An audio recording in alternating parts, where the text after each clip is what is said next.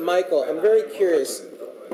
Mordor in this game, it's not at the start of it. It's not like a wasteland yet.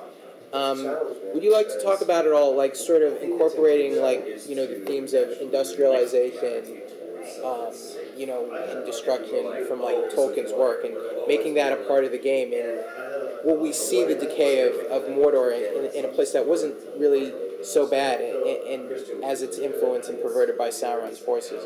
Yeah, so I think you almost answered a lot of the sort of elements of it that was very true. So what Mordor gives us is almost a concentrated version of the larger story of the the domination and the control of all of Middle Earth. So, it's almost like when Frodo looks in the mirror of Galadriel, you get to see things as they were, as they are, as they will be. You kind of get to see everything at all of those extremes. So it lets us tell a bigger story within a sort of more concentrated environment. And plus, the other thing that was great was you're simultaneously getting to have the most iconic places within Middle Earth, of the Black Gate, of Barad-dûr, of Mount Doom, but also then getting to see them in a new way for the game, looking unique. And I think the other one that was kind of fun is because Mordor's, people's perception of it is just that blasted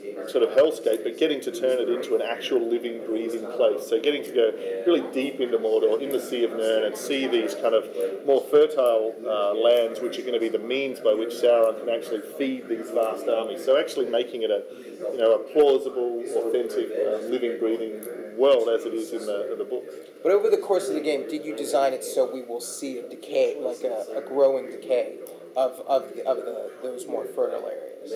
We don't have anything along the lines of a procedural system, but at key story beats, we then do see this evolution, and we see the advancement of Sauron's power. What was your personal favorite area of Mordor to explore? I think the one I liked a lot was the Sea of Nirn, because all we hear about it, there's like one line when Frodo and Sam are heading in, and they just speak to these slave-tilled sort of fields. So just getting to, I think that's the one that gave the sense that, Mordor's not just this small sort of limited place, it's hundreds of miles on each side. Like, it really is the scale of a country, and it sort of is the heart of all sort of evil within Middle Earth. So that one was really fun because it really got to explore and develop the idea of it as a living place, and as a place with a lot of diversity in it as well. Was it at all intimidating to work with this license? And all of a sudden you're like, holy shit, I'm working on a Lord of the Rings game, a Tolkien, in Tolkien's universe. Was it at all daunting or terrifying for you, or were you just like ready for it? No, it's terrifying, and obviously, especially at something like Comic-Con, people, us included, fandom, like, there's, you actually, it's something people love, like, and that's not an exaggeration of that word. Like, you're really dealing with people's emotions, so there's a big responsibility and a big inspiration if people get disappointed or upset. Like, it's really kind of a big deal, but at the same time, obviously, we were hugely excited by the opportunity. And I think the thing with Middle Earth is I don't mean this in a literal sense, but from the point of view of approaching the design and creating a story, it's a real place. And it is that attention to detail and that reality, and the way it's so, Middle Earth itself is so authentically grounded in all of our universal stories, in myth, in history, that there's really no limitation or restriction on what type of stories could you tell within this world.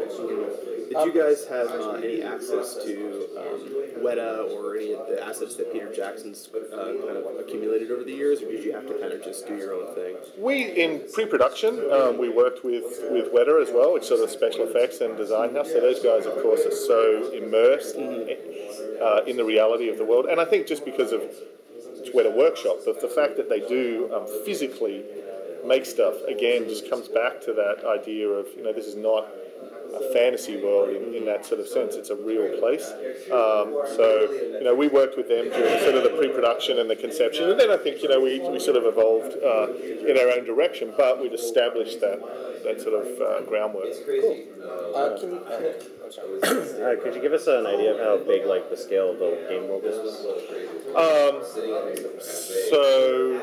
Basically, it's a number of regions. Each one is open. There's no sort of restriction on where you can go, so it's completely open world within each one of those regions. I think we've revealed sort of 2 of them, and up to almost roughly halfway through the game. But it's not the biggest, most expansive open world in terms of size, because we've concentrated very much on the opportunities and the possibilities and the sort of the density of the gameplay within the world. So we've really optimized the size of it to the game, I think. For Lady, is it Marwa? Mm-hmm. She looks like very crone-like and witch-like. Was that intentional for that look? And she's not a witch, right?